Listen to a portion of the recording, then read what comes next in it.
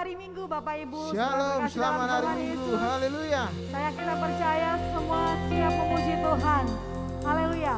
Puji Tuhan, hari ini kita masih diberi kesempatan untuk menaikkan pujian bagi Tuhan sebagai ungkapan syukur kita kepada Dia, Allah kita yang hidup, Allah yang setia, Allah yang memelihara jiwa kita.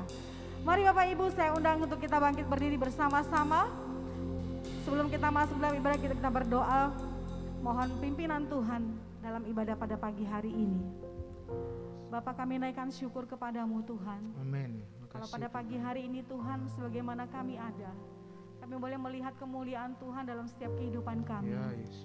Dimanapun umatmu berada Tuhan, kami naikkan Tuhan, kami nyatakan betapa besar Engkau Allah kami yang kami sembah dalam nama Tuhan Yesus.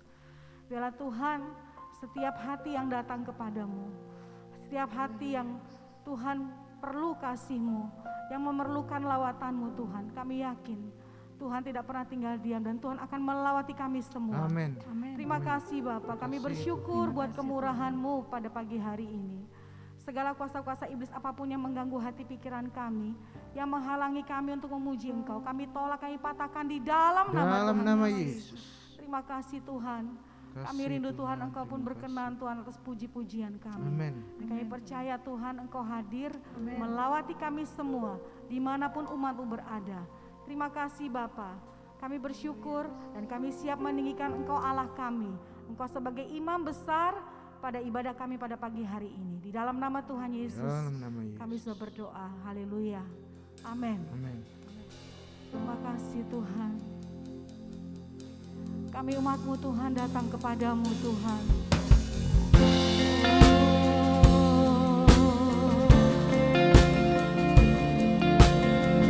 Haleluya.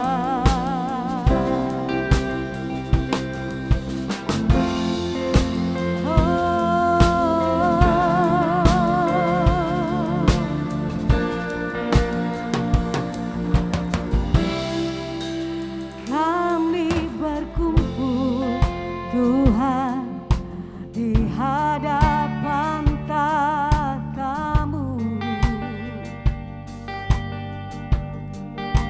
sujud menyembah dalam indahnya hadirat-Mu.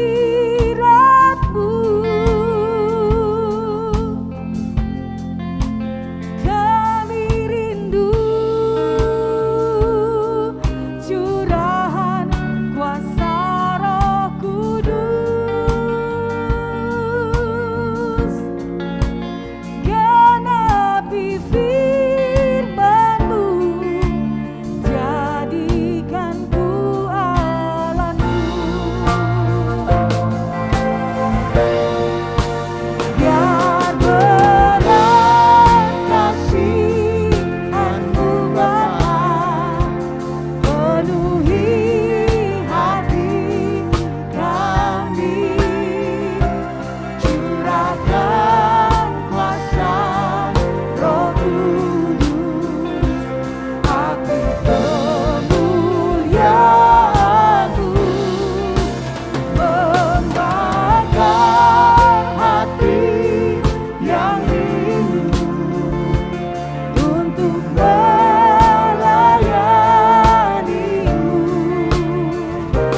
sampai seluruh negeri ini, sampai seluruh bumi ini dipenuhi api kemuliaan-Mu.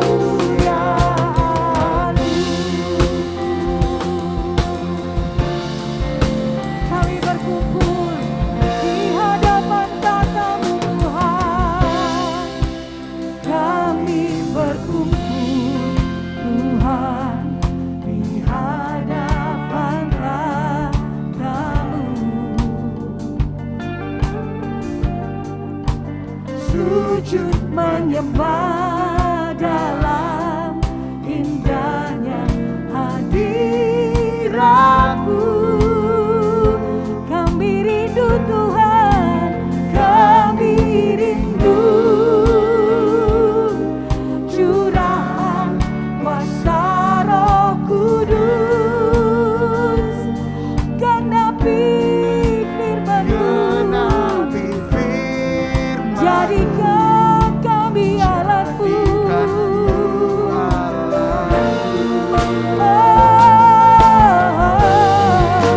Biar belas kasihan-Mu Bapa penuhi hati kami. Curahkan kuasa Roh Kudus, hati kemuliaan-Mu, membakar Hati yang rindu untuk melayani-Mu sampai seluruh negeri ini, sampai seluruh bumi ini dipenuhi api kemuliaan-Mu. biar belas kasih-Mu, biar belas Kasihan-Mu Bapa penuhi hati kami.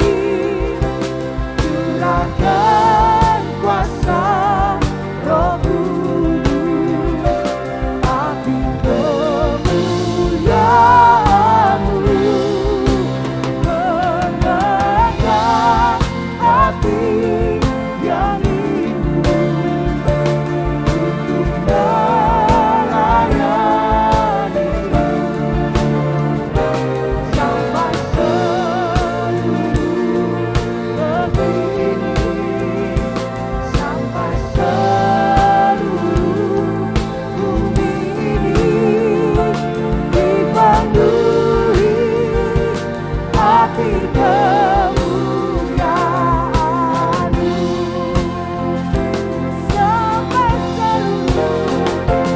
sampai Pulau Bali, Pulau Bali, sampai hati kami Tuhan, hati kami dipenuhi api kemuliaan, dipenuhi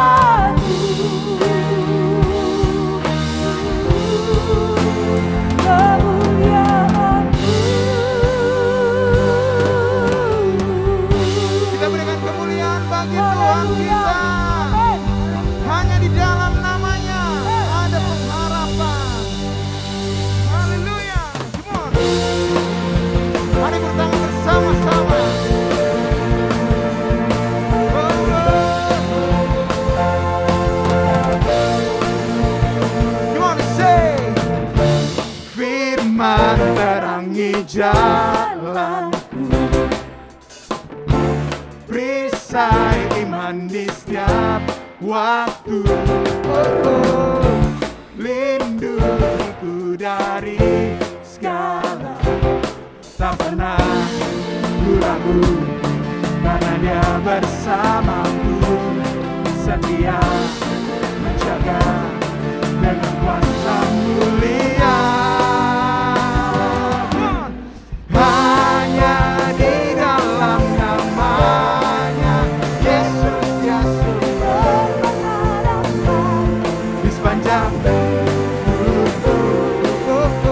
Hanya di dalam kuasanya pasti tersedia kemenangan bagiku selama-lamanya. Kami bersyukur, Yesus.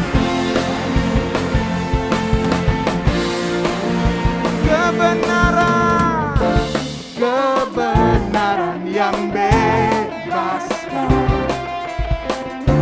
selalu berikan ku kekuatan hadapi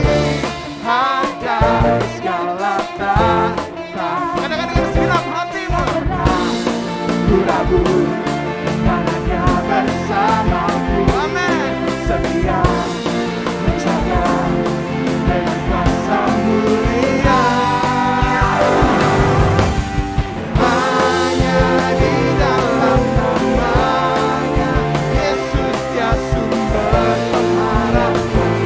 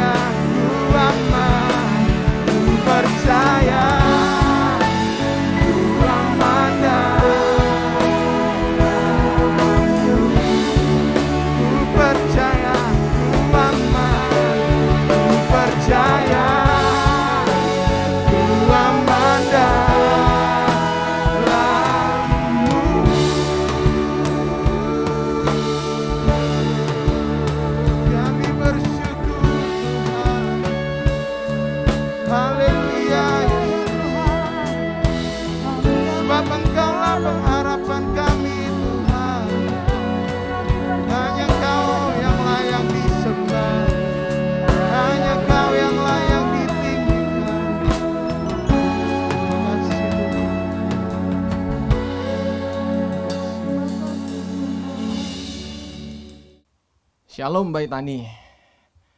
Kita masih dalam suasana pandemi dan kami terus mengingatkan kepada seluruh sidang jemaat dan mengajak keluarga besar Baik Tani untuk kita tetap taat dengan prokes, mencuci tangan, menghindari kerumunan, kemudian kita menjaga jarak, menggunakan masker dan juga mendukung program vaksinasi yang sedang dicanangkan oleh pemerintah kita.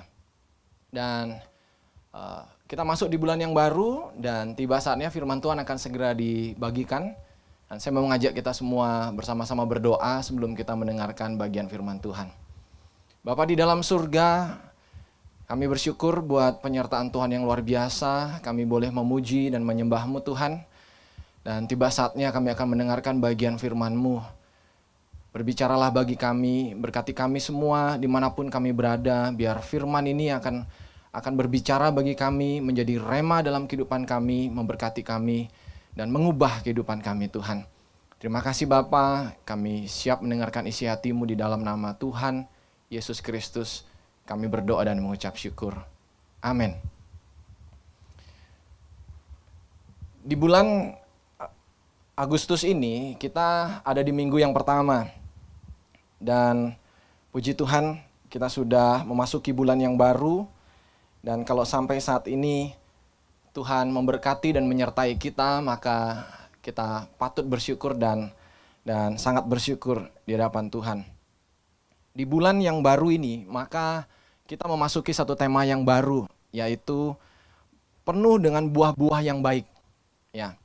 Dan tema ini kita ambil dari pembacaan kita atau pembahasan kita sepanjang tahun ini, dari Yakobus pasal yang ketiga, ayat yang ke-17.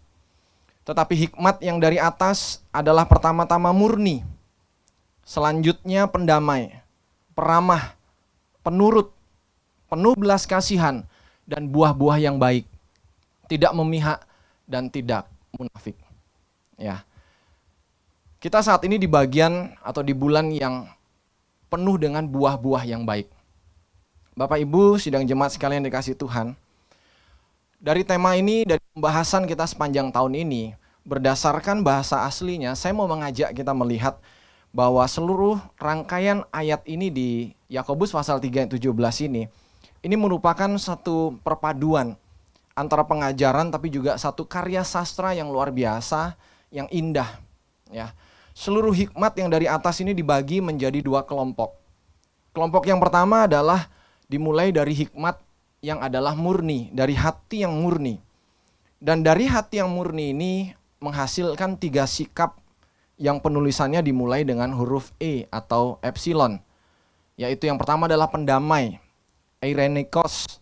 Kemudian yang kedua adalah peramah, epieikos. Dan yang ketiga adalah penurut, eupieitas. Ya. Dan ini bagian yang sudah kita bahas beberapa bulan yang lalu sepanjang tahun ini.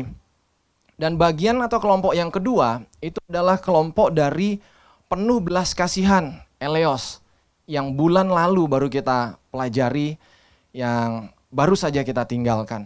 Dari kelompok yang kedua ini, maka menghasilkan 3 sikap yang penulisannya dimulai dari huruf A atau alfa, yaitu buah yang baik, karpau, agaton. Kemudian yang kedua adalah tidak memihak, adiakritos, dan tidak munafik, anupokritos. Ya. Dan dengan demikian maka dengan pembagian dari 2 kelompok ini berdasarkan bahasa aslinya, berarti tema kita bulan ini berbicara tentang buah-buah yang baik. Ini merupakan sikap atau buah hasil dari hikmat yang penuh dengan belas kasihan yang bulan lalu baru saja kita bahas. Dan tentu saja maka bagian ini tidak akan bisa dilepaskan dengan apa yang sudah kita bahas bulan lalu. Dan tema ini akan sangat saling berkaitan. Dan berkaitan dengan buah-buah yang baik, maka ada 2 poin besar yang saya mau ajak kita melihat dulu untuk sebagai prolog kita memasuki bulan yang baru dengan tema yang baru ini. Maka ada 2 garis besar, yaitu berbicara tentang buah dan kemudian berbicara tentang kebaikan atau apa itu baik. Ya. Jemaat Baik Tani yang dikasihi Tuhan Yesus, kita tahu bersama bahwa buah itu adalah hasil dari satu proses, ya. Seperti perkataan Tuhan Yesus yang dicatat di dalam Injil Matius pasal yang ke-12 ayat yang ke-33.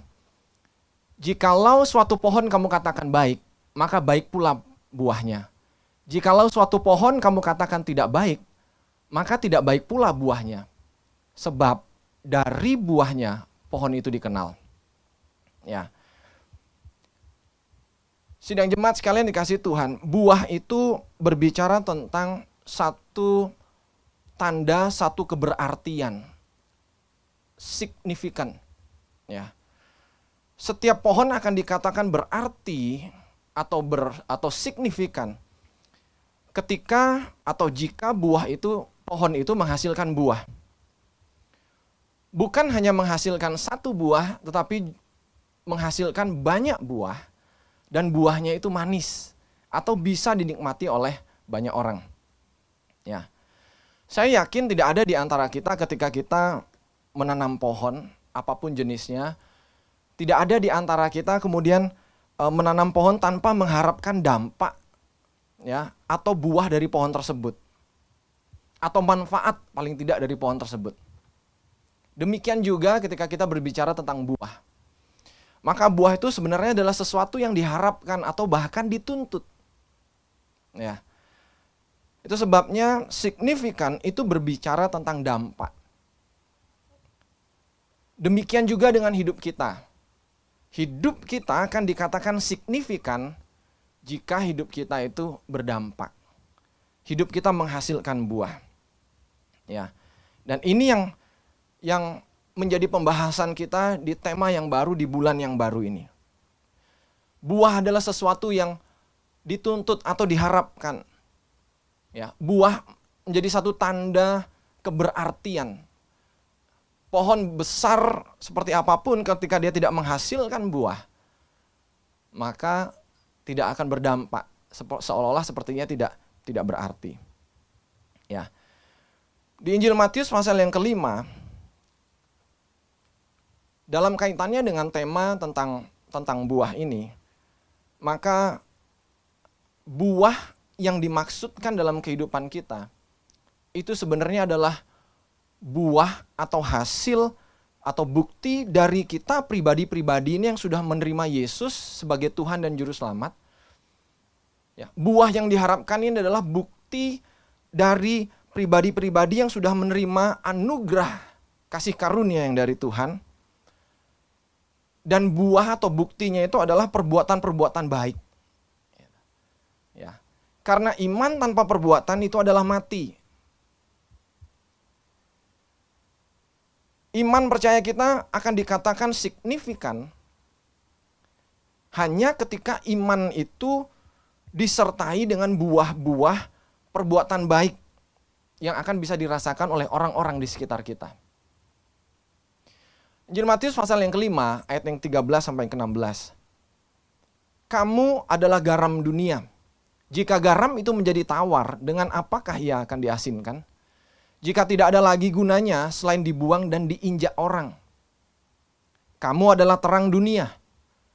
Kota yang terletak di atas gunung tidak mungkin tersembunyi.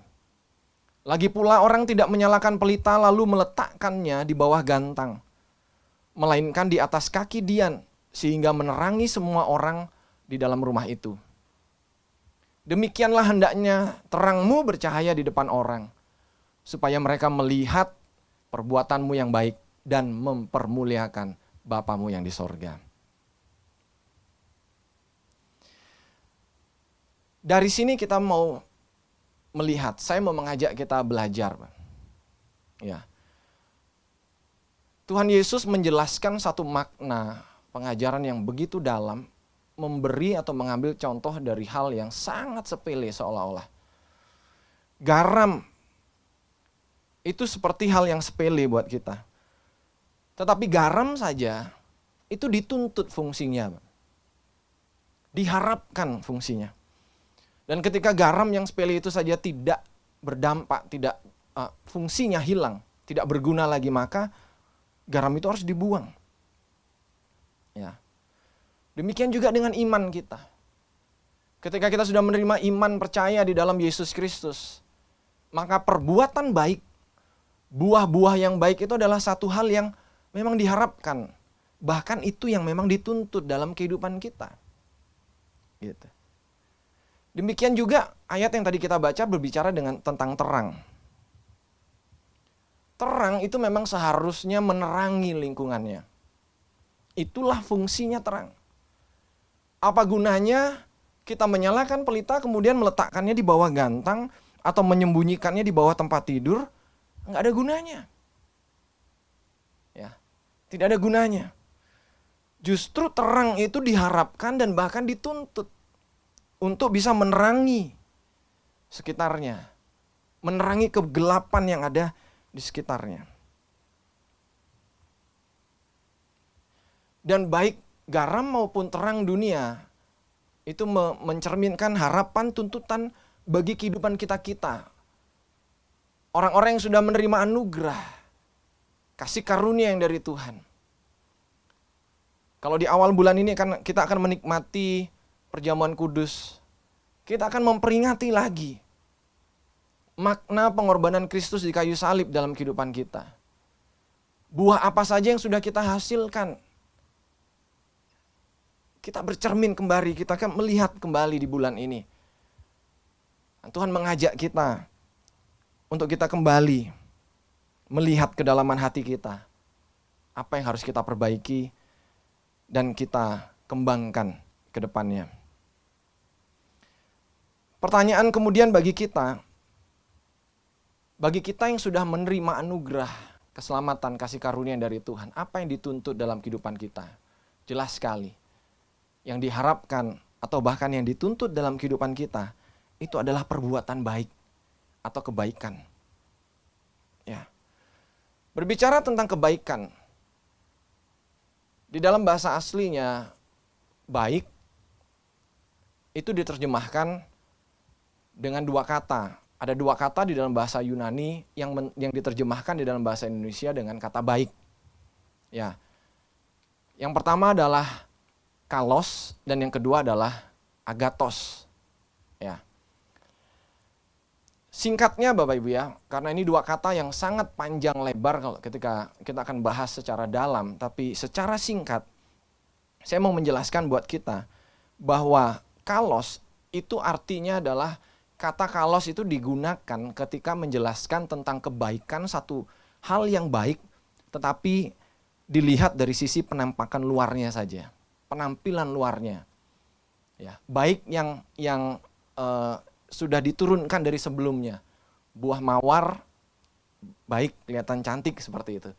Dan ketika layu kemudian benihnya ditaburkan berikutnya muncul lagi ya. Seperti itu kalos gitu. Nah, baik yang hanya dari penampilan luarnya. Tetapi yang kita pelajari kali ini sesuai dengan tema yang kita bahas dan bahasa asli yang digunakan adalah agathos. Ya. Agathos itu adalah baik yang sifatnya dari dalam keluar. Gitu.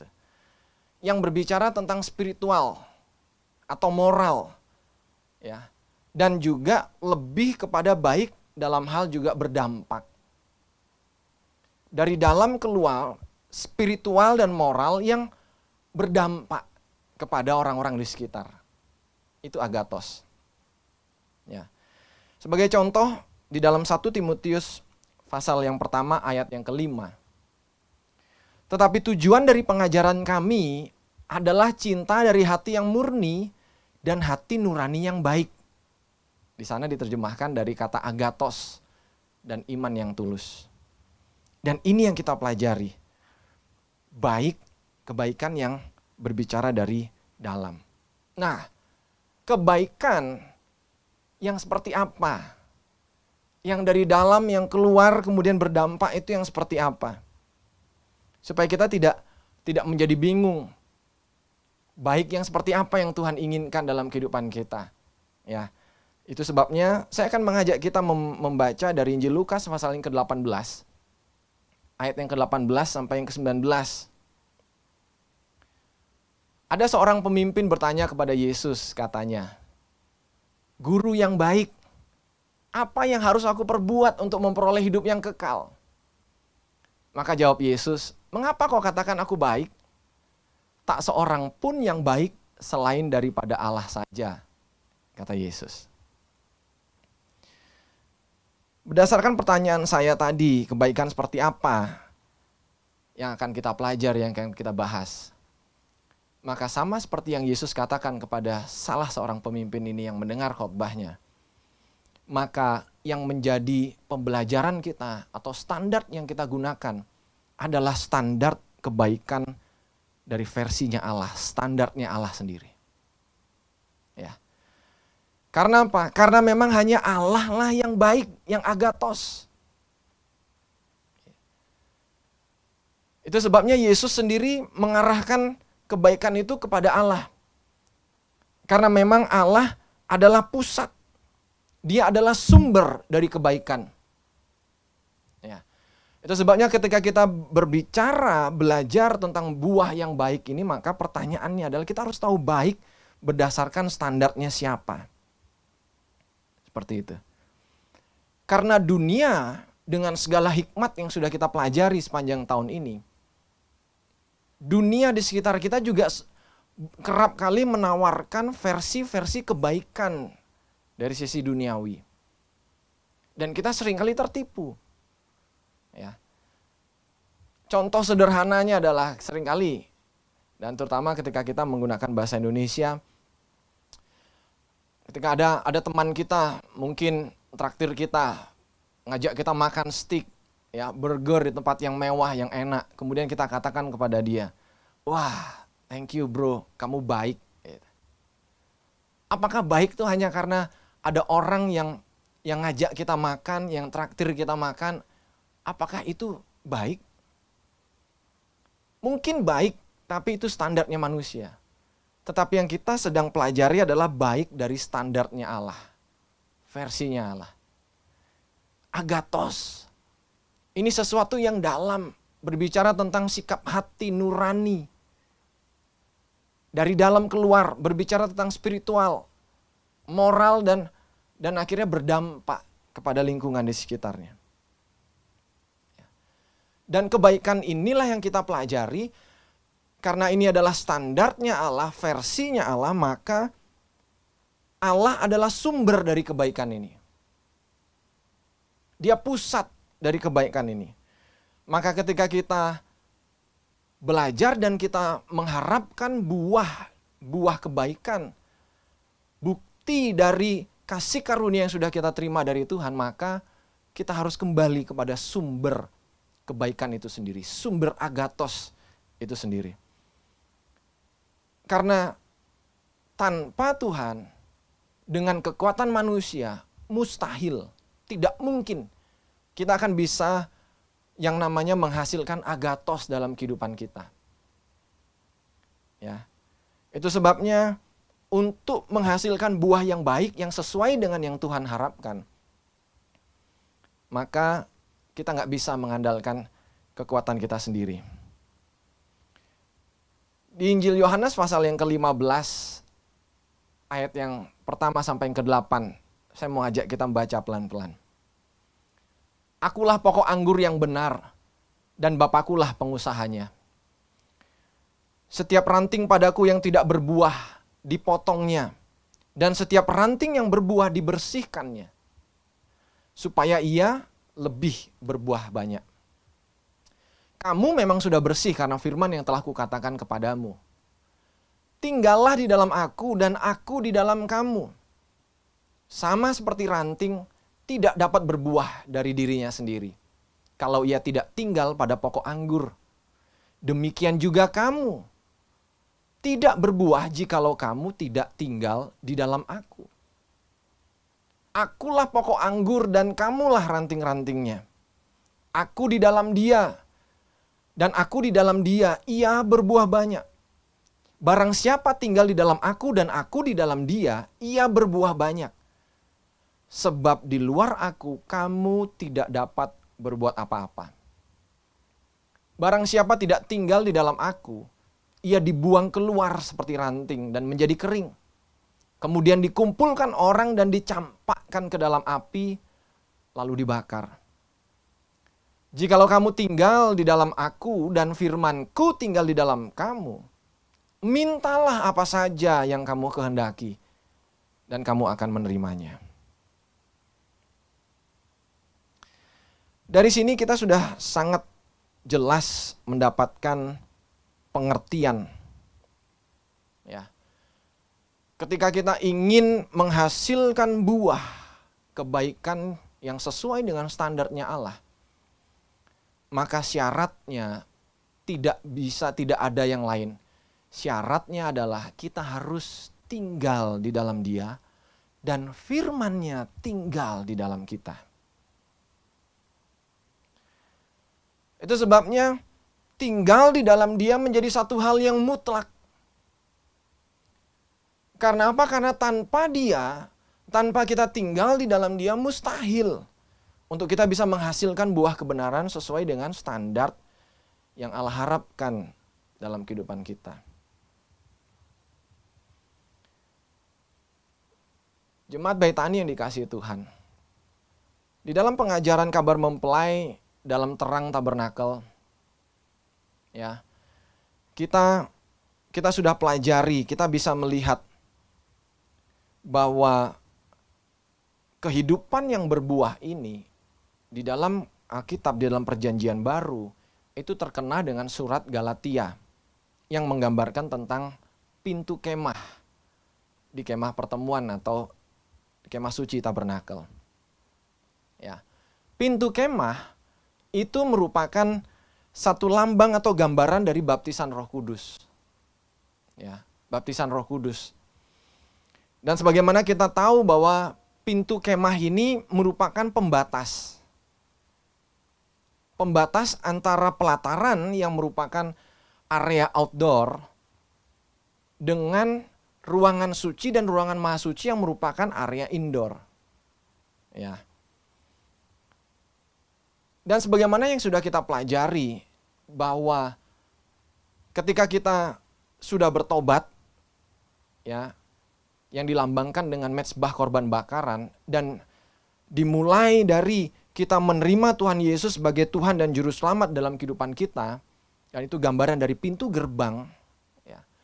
Dan kemudian kita memberi diri kita dibaptis, kolam pembasuhan. Maka langkah berikutnya adalah kita meminta kepada Tuhan untuk kita diberikan karunia yang berikutnya adalah kita menikmati baptisan Roh Kudus. Ya, baptisan Roh Kudus inilah gambaran dari pintu kemah. Gitu. Dan disinilah akan menjadi pembeda di dalam kehidupan kita. Seperti layaknya setiap pintu, ya, maka di pintu itu akan selalu ada dua pilihan. Pilihannya adalah kita mau masuk atau kita mau keluar. Demikian juga di dalam tabernakel. Dari area outdoor kemudian ke area indoor dan ruangan suci, maka selalu ada pilihan. Kita mau masuk lebih dalam ke dalam hadirat Tuhan, atau kita cukup nyaman dengan area pelataran. Kenapa saya katakan ini menjadi satu pilihan, kita mau masuk atau keluar? Sebab kenyataannya, Bapak Ibu sidang jemaat Baitani yang dikasihi Tuhan, walaupun kita sudah mendapatkan karunia Roh Kudus, kita dibaptis Roh Kudus, namun pilihan kita untuk kita mau hidup dituntun atau dikuasai Roh Kudus itu tetap menjadi pilihan kita. Apakah kita mau hidup dengan dikuasai oleh keakuan kita, keegoan kita, atau kita benar-benar mau masuk lebih dalam di dalam hubungan dengan Tuhan yang ditandai dengan kita dibaptis Roh Kudus, kemudian kita belajar untuk semakin berkurang dan Kristus yang semakin bertambah di dalam kehidupan kita, itu menjadi pilihan kita. Ya. Itu pilihan kita. Tapi sebaliknya ketika kita mengizinkan Roh Kudus untuk menguasai dan menuntun hidup kita, seperti firman Tuhan yang minggu lalu sudah saya sampaikan, maka hidup kita pasti akan menghasilkan buah roh yang seperti yang tercatat di dalam surat Galatia pasal yang kelima ayat yang ke-22. Tetapi buah roh ialah kasih, sukacita, damai sejahtera, kesabaran, kemurahan, kebaikan, agatos, kesetiaan, kelemah lembutan, penguasaan diri. Tidak ada hukum yang menentang hal itu.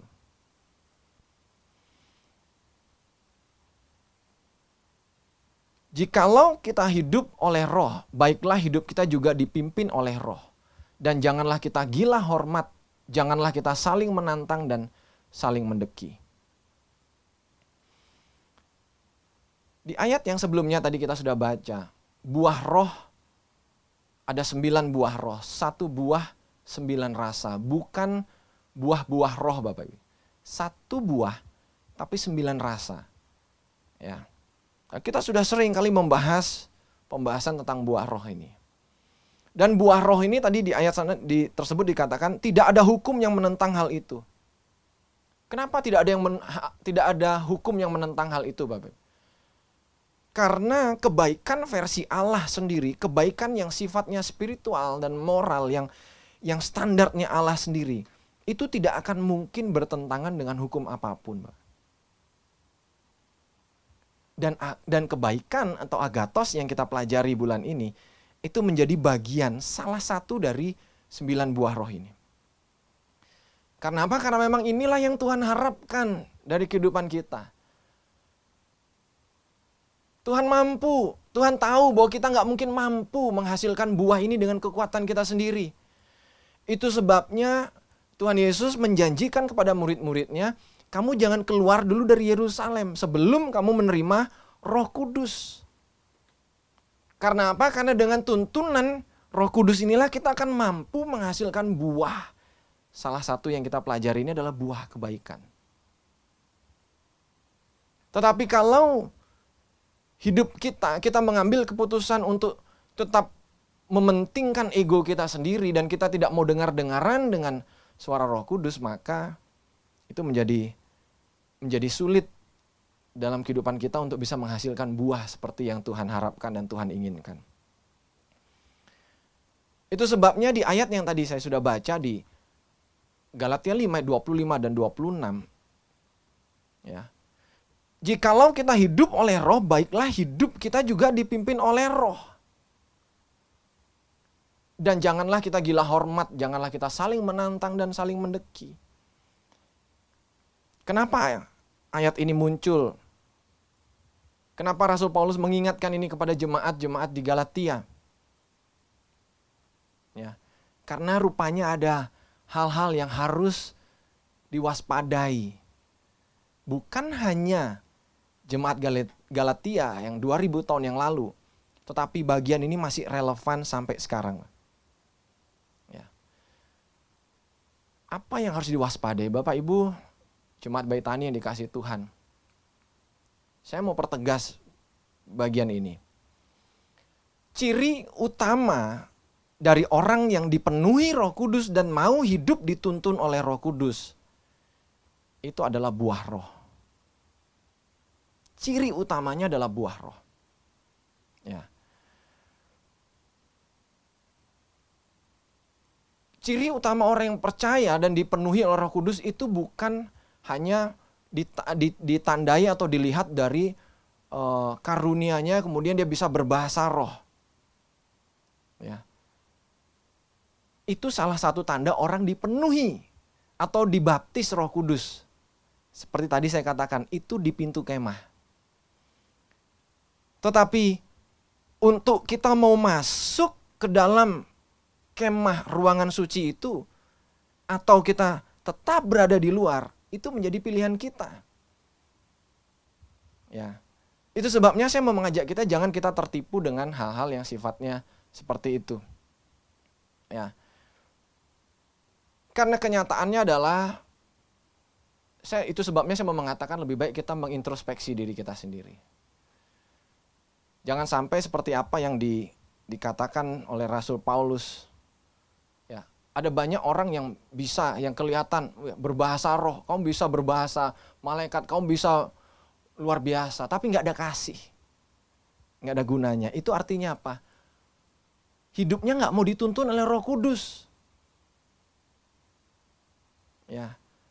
Dan ketika kita melakukan hal tersebut, kita berbahasa roh tapi kemudian kita tidak menghasilkan buah, tapi kita tidak mau dituntun oleh Roh Kudus itu sendiri, itu artinya kita sedang membohongi diri kita sendiri. Karena rupanya orang yang sudah dibaptis Roh Kudus belum tentu mau hidup dituntun oleh Roh Kudus itu sendiri di kemudian harinya. Jangan menjadi salah dengan apa yang saya sampaikan. Bukan berarti saya tidak percaya dengan karunia bahasa roh. Saya percaya, kita percaya. Tetapi yang harus kita berhati-hati adalah hal-hal yang seperti itu saat-saat ini bisa ditiru. Ya, bahasa roh seperti itu bisa dimanipulasi, bisa diajarkan. Tetapi buah roh, kebaikan yang standarnya Allah itu tidak bisa diajarkan. Tidak bisa dimanipulasi, tidak bisa ditiru. Itu benar-benar hasil kerjasama dari kehidupan kita yang benar-benar mau nurut sama Roh Kudus. Dan itu akan secara otomatis, secara natural menghasilkan buah. Salah satunya adalah kebaikan. Bukan hanya itu, tidak bisa diajarkan demikian begitu rupa. Kita bisa mengajarkan, menyiapkan kurikulum yang begitu luar biasa. Kalau bukan mengandalkan Roh Kudus. Rasul Paulus sendiri mengatakan, aku mau melakukan yang baik, tetapi yang jahat yang dilakukan. Itu sebabnya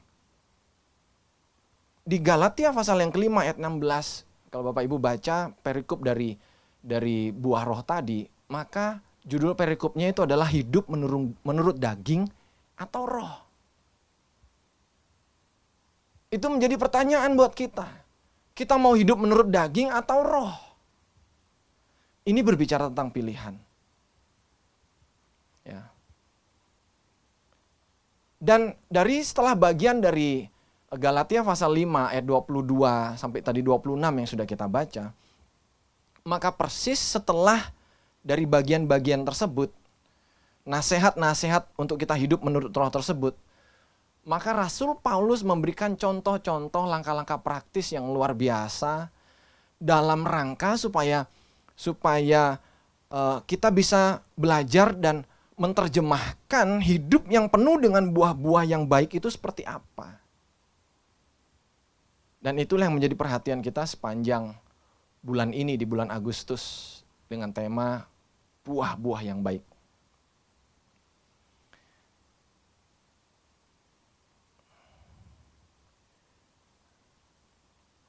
Di Galatia pasal yang ke-6, ayat yang pertama sampai yang ke-20.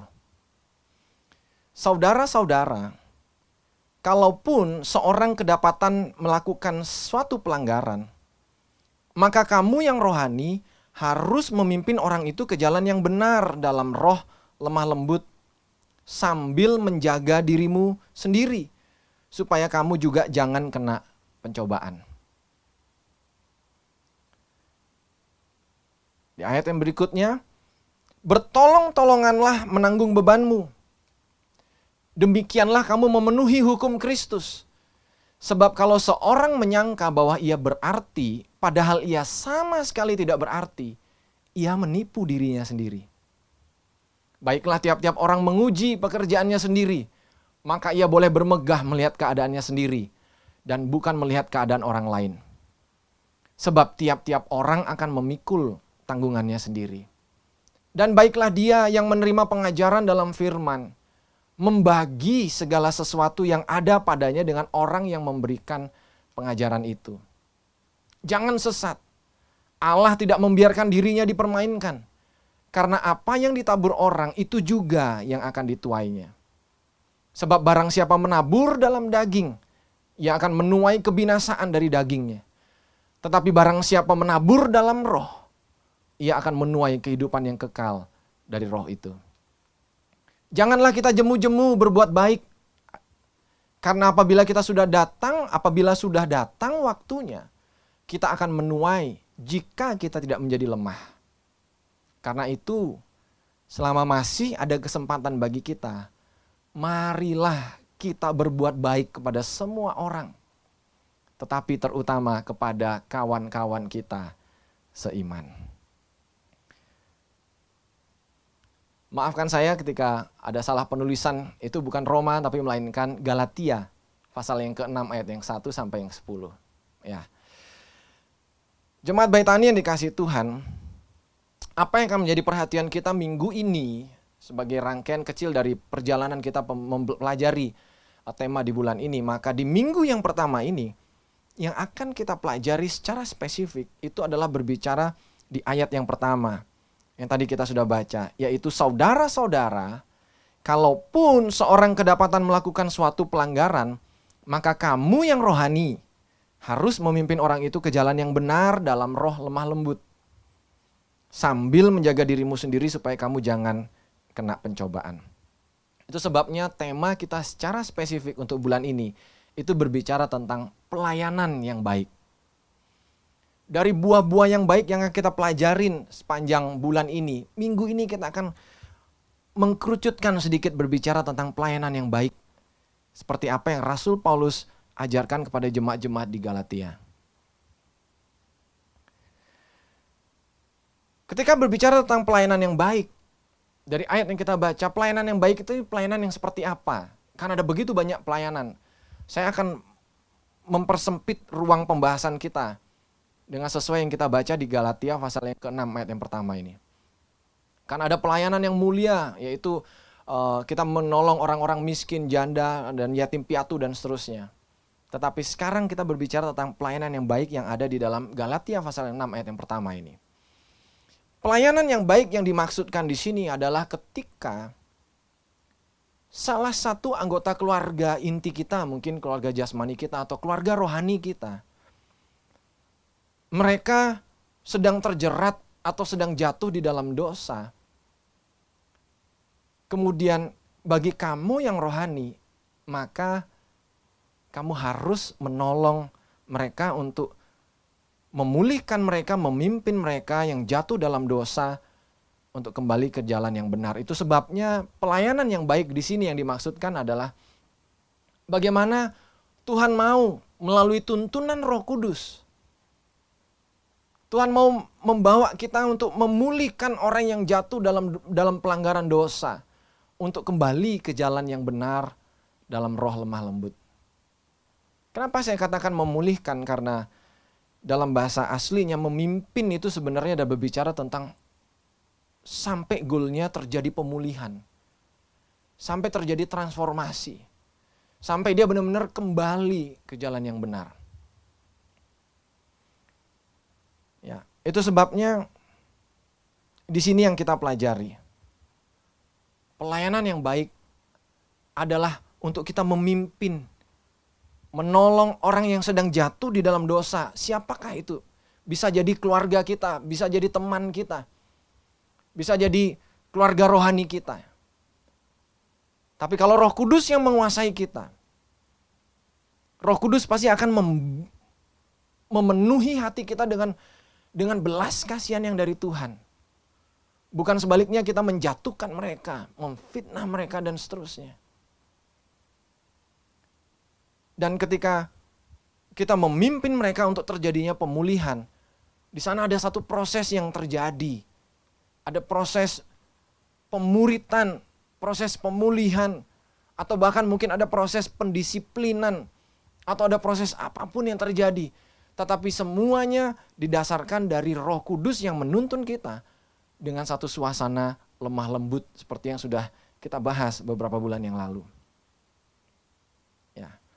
Itu sebabnya di bagian ini Bapak Ibu, ketika kita berbicara tentang roh yang lemah lembut, Roh Kudus menuntun kita.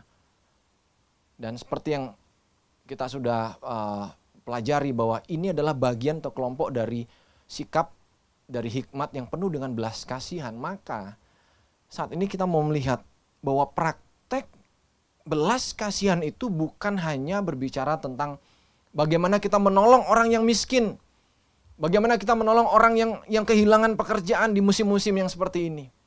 Kemudian kita memberi sembako, memberi mereka uang tunai atau apapun itu. Praktek belas kasihan bukan hanya berbicara tentang hal-hal yang jasmani, tetapi juga mencakup soal hal-hal yang rohani yang harus kita nyatakan kepada orang-orang di sekitar kita yang sedang jatuh di dalam dosa atau terikat oleh dosa yang mengikat mereka selama ini. Ketika kita belajar bagian ini, maka ini menjadi satu peluang. Ini adalah satu kesempatan pelayanan buat kita. Karena apa? Karena yang dikatakan Rasul Paulus, kamu yang rohani, itu bukan berbicara tentang orang-orang rohani dengan atribut-atribut rohani, atribut-atribut gerejawi. Tetapi yang disebut kamu yang rohani, itu adalah orang-orang yang mau hidup dituntun atau dikuasai oleh Roh Kudus. Itu bahasa aslinya. Diterjemahkan dengan LAI bahwa kamu yang rohani. Itu sebabnya ketika kita belajar tentang bagian ini, buah yang baik, kita harus dituntun oleh Roh Kudus, dikuasai oleh Roh Kudus. Jangan hanya berhenti dengan baptisan Roh Kudus ditandai dengan ada berbagai macam cara. Salah satu tanda dari baptisan Roh Kudus itu adalah bahasa roh. Tetapi lanjut pilihan kita, apakah kita benar-benar mau dipenuhi, dituntun oleh Roh Kudus itu sendiri atau tidak? Dan ketika Roh Kudus itu benar-benar menguasai kita, maka kita pasti akan dipertemukan oleh orang-orang yang sedang terikat dengan dosa-dosa yang membutuhkan pertolongan kita. Karena apa? Karena hati kita dipenuhi dengan belas kasihan yang dari Tuhan. Ya. Itu sebabnya ketika hidup kita benar-benar dikuasai dan kita benar-benar mau dituntun oleh Roh Kudus, maka buahnya secara natural. Ketika kita melihat orang-orang yang sedang terikat dalam dosa, secara natural, pasti kita akan tergerak untuk menolong mereka. Pasti akan tergerak untuk membimbing mereka. Apapun yang bisa kita lakukan akan kita kerjakan supaya mereka kembali ke jalan yang benar dan terjadi pemulihan transformasi dalam kehidupan mereka. Di sini kita akan bisa melihat dan menilai, Bapak.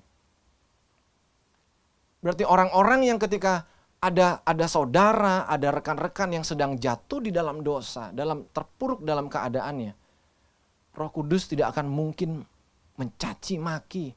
Roh Kudus tidak akan mungkin menghakimi, kemudian meninggalkan mereka begitu saja, nggak mungkin. Ya, itu sebabnya ini satu peluang pelayanan yang baik. Tapi semua kata kuncinya adalah kita harus mau dikuasai, dituntun oleh Roh Kudus dalam kehidupan kita. Apa yang terjadi di jemaat Galatia ini masih sangat relevan bagi kita saat ini. Kamu yang rohani di sini adalah kita semua yang hidupnya dikuasai dan mau dituntun oleh Roh Kudus.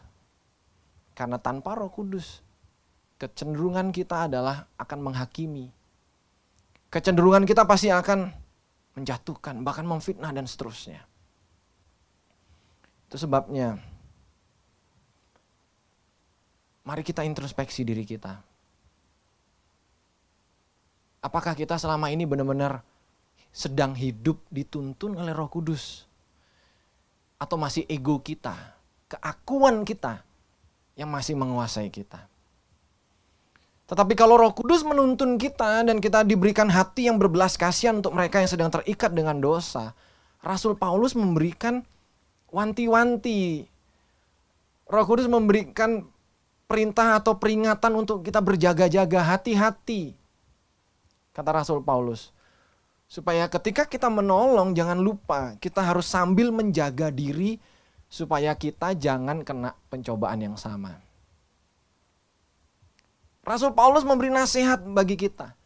Jangan sampai kita saking euforianya dikuasai Roh Kudus mau menolong. Kemudian kita lupa menjaga diri kita sendiri. Ibaratnya sama dengan apa yang sedang terjadi saat-saat ini dengan COVID-19. Apa jadinya Bapak Ibu sidang jemaat sekalian dikasih Tuhan kalau ada tenaga kerja yang sedang, tenaga kesehatan yang sedang melayani, menolong atau pasien dari COVID-19, mereka tanpa menggunakan atau mengenakan APD yang proper. Bisa dibayangkan apa yang terjadi. Demikian juga kita. Ketika kita hidup dituntun Roh Kudus bukan berarti kemudian kita menjadi pribadi yang kebal. Tetap kita harus terus mengandalkan Roh Kudus, tetap harus berdoa dan berjaga-jaga. Kenapa? Karena kita tetap harus tetap rendah hati. Kita tetap tidak boleh merasa kita kuat. Rasul Paulus juga mengajarkan justru di dalam kelemahanmu lah, justru kuasa Tuhan akan menjadi nyata dalam kehidupan kita. Itu sebabnya hati-hati. Ya. Dan ini adalah satu peluang, Bapak. Ini satu peluang untuk kita bisa menolong dan melihat orang-orang di sekitar kita yang membutuhkan belas kasihan secara rohani. Dan memang namanya orang sakit itu tidak bisa menolong dirinya sendiri, Bapak. Namanya orang sakit itu butuh orang lain untuk menolong mereka bisa pulih, bisa sembuh. Dan kenapa kita butuh orang lain? Dan tadi saya katakan ini menjadi satu peluang. Karena apa, Bapak? Karena berdasarkan pengalaman dan apa yang bisa kita lihat, bahwa biasanya luka kita di masa lalu, sakit kita di masa lalu, ketika itu sudah disembuhkan, itu akan menjadi ladang pelayanan baik kita di masa depan. Ya. Ini peluang. Itu sebabnya ini peluang bagi kita, orang-orang yang dulunya pernah mengalami sakit atau luka dan kita sudah disembuhkan. Maka ini peluang bagi kita juga untuk menolong orang lain di sekitar kita yang sedang mengalami luka yang sama seperti luka kita di masa lalu. Mungkin mereka terikat dosa-dosa yang sama seperti dosa yang lalu mengikat kita juga. Tapi sekarang kita sudah mengambil keputusan untuk hidup dipenuhi Roh Kudus dan dituntun oleh Roh Kudus. Maka dengan belas kasihan dari Tuhan, Roh Kudus akan membawa kita menolong mereka. Ya. Itu sebabnya bagi para pembimbing rohani atau bagi orang-orang yang saat-saat ini sedang butuh dibimbing atau yang sedang butuh bimbingan, ini kesempatan. Bagi kita pembimbing rohani, maka kita harus sadar kita hanya bisa bertumbuh dengan menolong orang lain bertumbuh. Kenapa ada begitu banyak orang yang tidak bertumbuh secara rohani? Karena mereka egois. Ketika mereka sudah dipulihkan, mereka hidup untuk diri mereka sendiri. Ya. Dan kita hanya bisa bertumbuh ketika kita menolong orang lain bertumbuh. Dan bagi saudara yang saat ini sedang terikat oleh dosa, atau saudara sedang jatuh di dalam pelanggaran-pelanggaran dosa dan saudara-saudari, Bapak Ibu sekalian tidak tahu mau berbuat apa. Saya mau katakan, ini adalah panggilan pertobatan buat kita semua. Berdoa minta kekuatan yang dari Tuhan untuk meninggalkan dosa itu dan kemudian berdoa pada Tuhan siapa yang Tuhan mau tunjuk untuk menjadi pembimbing rohani bagi Bapak Ibu Saudara sekalian yang dikasihi Tuhan. Berdoa. Kemudian hubungi kami, hubungi orang-orang yang sudah Tuhan jawab melalui doa Anda. Dan kami siap untuk mendampingi, untuk menolong, membantu Bapak Ibu sidang jemaat sekalian yang dikasihi Tuhan. Momen-momen ini rupanya, ini adalah waktu atau kairos yang Tuhan pakai untuk kita orang percaya ini hidup kembali seperti di zaman gereja mula-mula. Ya. Di waktu itu ketika jemaat mula-mula hidup dengan tuntunan Roh Kudus, mereka belajar dari pengajaran rasul-rasul, mereka berkumpul, berfellowship, memecah roti bersama-sama, berdoa. Hidup mereka dipenuhi dengan sikap belas kasihan. Mereka hidup dengan saling berbagi milik mereka bersama-sama. Mereka saling tolong-menolong, saling memperhatikan. Rupanya ini juga yang Tuhan sedang bawa dalam kehidupan kita. Dan saya tetap percaya bahwa Roh Kudus, ketika Roh Kudus sudah memenuhi hati kita dan menuntun kita, maka kita pun pasti akan juga bisa melihat hal-hal yang sama, situasi-situasi di sekitar kita ini sebagai peluang untuk kita bisa saling memperhatikan apa saja yang bisa kita lakukan secara jasmani maupun secara rohani. Ada banyak orang-orang di sekitar kita yang sedang membutuhkan perhatian, yang sedang membutuhkan pertolongan, bukan hanya secara jasmani, tapi terlebih lagi secara rohani. Saya teringat dengan salah satu quotes yang simple, gampang, tetapi luar biasa dampaknya. Salah satu prinsip dasar dari pemuritan itu adalah small is big. Kecil itu adalah besar. Apa yang dimaksud dengan small is big? Small is big. Itu artinya ketika kita memberikan sesuatu kepada orang-orang yang sedang kita bimbing, mungkin bagi kita itu kecil. Tapi bagi orang-orang yang sedang membutuhkan itu besar bagi mereka. Bagi kita mungkin kecil untuk kita sekedar teks WhatsApp kepada orang-orang di sekitar kita, teman-teman, saudara-saudari kita yang sedang jenuh karena isolasi mandiri mungkin. Tetapi bagi mereka yang menerima WhatsApp teks kita, apalagi ketika kita menghubungi lewat telepon, bagi mereka yang sangat membutuhkan itu besar. Pengaruhnya sangat besar. Itu sebabnya saya mau mengajak kita semua, mari ayo. Justru di momen-momen seperti ini kita tingkatkan lagi ya, kepedulian kita. Dan kita benar-benar kembali kepada Roh Kudus untuk menguasai hidup kita. Karena waktu-waktu ini saya percaya ini adalah waktu-waktu yang terbaik yang Tuhan beri buat kita untuk kita mempraktekkan buah-buah yang baik ini, Bapak. Buah-buah baik dari keselamatan yang sudah kita terima di dalam Yesus Kristus. Nah, ketika kita sebentar akan memperingati perjamuan kudus, menikmati perjamuan kudus dan kita memperingati kematian Kristus di kayu salib, maka mari kita ingat kembali, kita introspeksi. Buah apa saja yang sudah kita hasilkan. Nah, secara spesifik bulan ini berbicara tentang pelayanan yang baik. Mari, biar Roh Kudus menguasai saya dan Bapak Ibu Saudara-saudari sekalian, Jemaat Baitani yang dikasihi Tuhan. Supaya kita bisa melihat apa yang Tuhan lihat kepada orang-orang di sekitar kita. Dan kita bisa melakukan apapun yang kita mampu, mulai dari hal-hal yang kecil. Karena small is big. Selamat mempraktekkan firman Tuhan ini. God bless you all.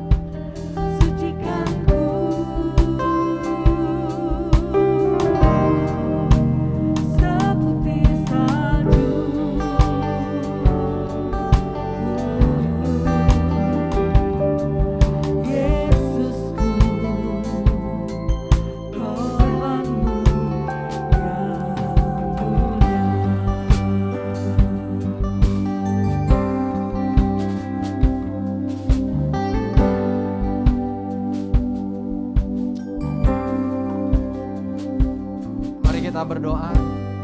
Bapa, sejenak kami akan menikmati tubuh dan darah Kristus.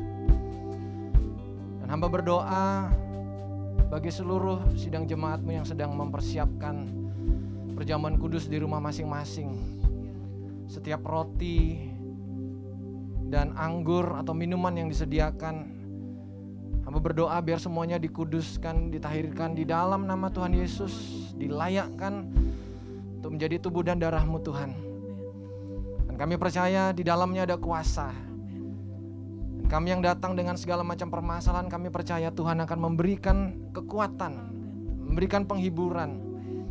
Kami yang lemah akan dikuatkan, kami yang sakit akan disembuhkan. Itu sebabnya layakkan kami semua Tuhan untuk menikmati tubuh dan darah-Mu ini. Setiap tangan-tangan yang akan melayani, mengambil bagian semuanya dikuduskan di dalam nama Yesus. Kami siap menikmati tubuh dan darah-Mu Tuhan, di dalam nama Tuhan Yesus Kristus kami berdoa. Haleluya, haleluya. Amin, amin.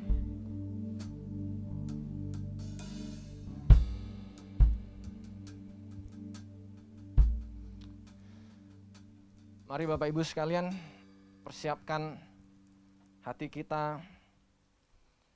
Ambil hosti atau roti di tangan kanan kita. Kita angkat lebih tinggi dari kepala kita, bentuk kita menghormati tubuh Kristus. Haleluya, Yesus. Terima kasih Tuhan. Mata kita melihat bahwa ini adalah roti atau hosti. Tetapi iman kita percaya bahwa ini adalah tubuh Kristus yang dihancurkan di kayu salib karena dosa kita. Saya akan membacakan dari 1 Korintus pasal yang ke-11 ayat yang ke-23. Sebab apa yang telah kuteruskan kepadamu telah aku terima dari Tuhan, yaitu bahwa Tuhan Yesus pada malam waktu Ia diserahkan mengambil roti, dan sesudah itu Ia mengucap syukur atasnya. Ia memecah-mecahkannya dan berkata, inilah tubuhku yang diserahkan bagi kamu. Perbuatlah ini menjadi peringatan akan aku. Apakah kita semua percaya bahwa hosti atau roti di tangan kanan kita ini adalah tubuh Kristus? Amin. Amin. Mari kita makan dengan percaya dalam nama Tuhan Yesus Kristus.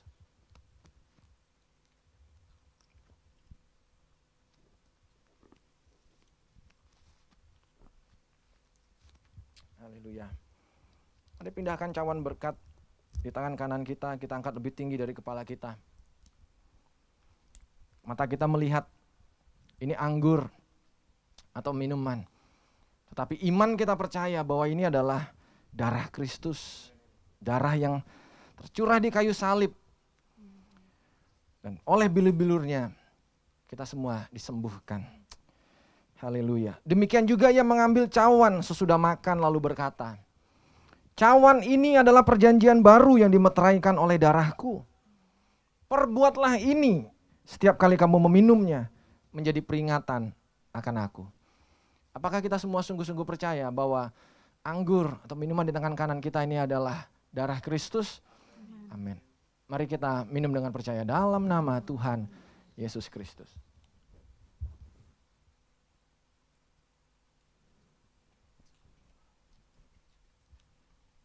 Haleluya. Terima kasih Tuhan. Mari kita mengucap syukur di hadapan Tuhan atas kebaikan Tuhan, atas firman yang sudah kita terima pada pagi hari ini untuk menjadi berkat, menjadi rema dalam kehidupan kita. Bapa di dalam surga, kami bersyukur, berterima kasih buat korban-Mu di kayu salib, buat pengorbanan-Mu yang sempurna bagi kami. Engkau sudah memberikan segalanya bagi kami Tuhan. Dan kami terima dengan percaya bahwa Engkau adalah Tuhan dan Juru Selamat dalam kehidupan kami.